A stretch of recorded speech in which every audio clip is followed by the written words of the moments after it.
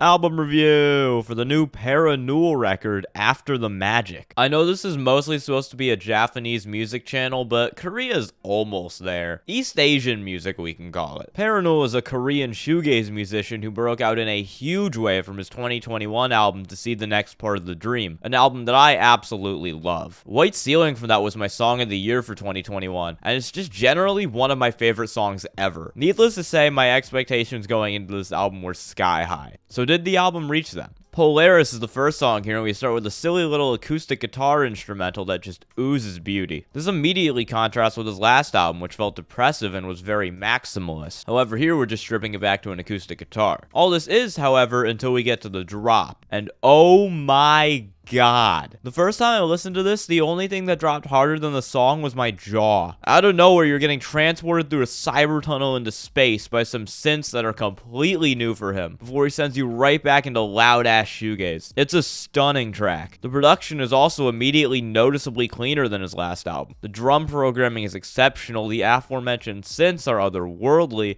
This track is just an incredible opener. It feels like a mission statement for him. Like, I knew I was in for an incredible album, and this still blew me away. I cannot overstate how cool this song is. The next track is the single, Insomnia. This was originally released on his 2021 split album, Downfall of the Neon Youth, before a new version was released as a single in November 2022. I'm pretty sure this version is actually a different version from both of those, however, it's more akin to the single one, obviously. The thing you're gonna notice about this track is that the drums are even better. There's an anxious breakbeat that moves at a blistering pace and ties the whole song together. The synths from last song are back as well, albeit they're more in a background role this time. They still sound great though. This version of Insomnia feels much improved from the 2021 one. While I enjoyed that one, there wasn't really a lot extra to it. It was a pretty cut and dry track. It was also probably the least good song he contributed to that split. Here, however, this track is one of the brightest spots on an already very bright album. Everything here is incredible, and it all comes to a head when Parannoul just starts shouting at the end. Everything ramps up to match his energy, and it makes for an epic moment. Arrival is the first song on the album that drops us straight into the thick of the shoegaze with no build-up required. You might think, well, that's that. We start on the high. But you'd be wrong. Halfway through, the song turns into an escalator, whisking you up through some piano and a guitar that sounds straight off a hard rock album,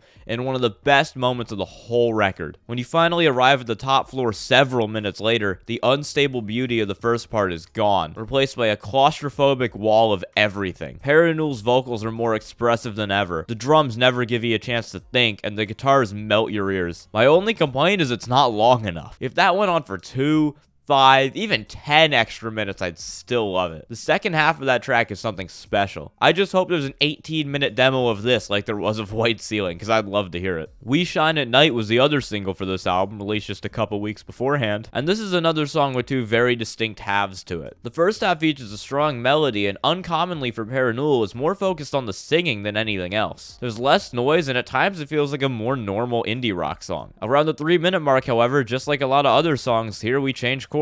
The melodic, gentle vocals of the first half are gone, replaced by distorted, clipping screaming. The song also adds some beautiful and melancholic strings to give the song a whole new texture. By the last minute, that and the vocals, which are really heavily clipping by that point, just make the whole thing feel crushing, with the beauty of the first half struggling to shine through against the weight of the second. It's fantastic. The fifth song is Parade. The start of this harkens back to Polaris with a calmer acoustic guitar, but it very quickly switches it up. The song feels much more adventurous than previous Parannoul material. It's got some horns that fit the Parade title, some stripped down, moodier sections, and yet it still keeps the epic choruses that I love. There's even a little interlude with just fireworks noises, where the fireworks translate seamlessly into the drum sounds, and it's so cool. The end of the song is stellar as well, with Parannoul expanding his vocal range and once again becoming a lot more expressive as a singer. The twinkly piano hits and the fanfare horns in the background really help to sell the Parade aesthetic, giving the song a super strong theme. It's once again another fantastic track. The next song is Sketchbook, which immediately stands out with its use of a vocoder in the intro. Following the intro, we depart even further from the norm with some danceable and rhythmic drums that I really didn't expect out of a Parannoul song. The drums actually take prominence over the vocals and guitars and everything else here. It's a really nice stylistic shakeup. And we get another shakeup halfway through the song on this one as well. Second half of the song is a quieter bit that replaces the heavy rhythmic percussion with almost no percussion at all. It works works pretty well, but I am starting to get concerned at this point that a lot of the songs in this stretch of the album have a really similar structure. It's still a cool song though. Almost as if you could hear my concerns about the track list getting a bit samey, the next song, Imagination, breaks free from that. The song has more of an indie rock approach to it. You've got your fiery wall of shoegaze, but you also get some jangle pop and some emo touches at points. There's a lot of moments on this song that remind me of J-rock bands like Kinoku Tokoku or For Tracy Hyde. At the start, it's one of the least bombastic songs on the album, but by the end, it's one of the most. Parannoul's increasingly shouty vocals and the energetic drums and guitars make this the most straightforward banger on the album. If you're a new Parannoul fan and all these 6 to 8 minute progressive songs turn you off, this is probably a good one to start with. The 8th track is Sound Inside Me, Waves Inside You, and this one takes a more psychedelic approach. It's sprawling and covers a lot of ground in its 5-minute runtime. The start's pretty mellow, with the return of the lighter acoustic guitar and some mellowed out vocals. The middle part is where the instrumental psychedelia comes in, but the last portion of the song is the real star of the show here. When I talk about walls of sound and claustrophobia on this album, the end of this song is a great example of that. Parannoul's more deadpan vocals are contrasted with some great ethereal vocals from fellow Korean shoegaze artist Della Zier, and I honestly kinda wish more songs had a vocal complement like that, cause it sounds really cool. As we progress towards the end of the song, everything gets increasingly louder and more compressed. The drums feel like they're caving in on you, and the electronics in the background feel increasingly more haunting because of it. It's a really impressive track. I just wish it didn't end as suddenly as it did. I would have appreciated more of a wind down here. Blossom, the second to last song, is another new sound from the get-go. It's got some super blown out drums throughout the track, and they're being contrasted by some synths that sound straight out of a glitch pop song. Just like the last one, this is a song that can only be described as sprawling. Every chorus and verse feels like it's serving up a different thing. It goes from being a really light and airy song to a super harsh, compressed one in no time at all. The best part of the song for me is probably the screamed background vocals that get louder and louder as we get to the end of the track. The frantically paced drums and clapping, the multiple vocal layers, and the speeding guitar make the song feel panicked, and make the slightly slower portion you get to end the song feel like a breath of fresh air. The last 2 or so minutes of this song is one of my favorite bits on the whole album. It's so cool. And this brings us to the album's closer, the titular After the Magic. This is a song that's pretty solidly post-rock. In fact, it's the only song on the album with no shoegaze. It harkens back to a lot of previous elements from the album as well. It's a lot more relaxed with a focus on his vocals, and it uses those strings as a build-up to a cathartic closer. I really like the more mournful and bittersweet vibes that are going on here. I think this album has a lot of catharsis on it, and this just feels like the final sweet release of it all. It wouldn't fit anywhere else on the album, and it probably wouldn't fit on any other album. Parannoul's final melodic singing of Forget Me Not is so sweet. I definitely will not forget this song or album. So yeah, there you go.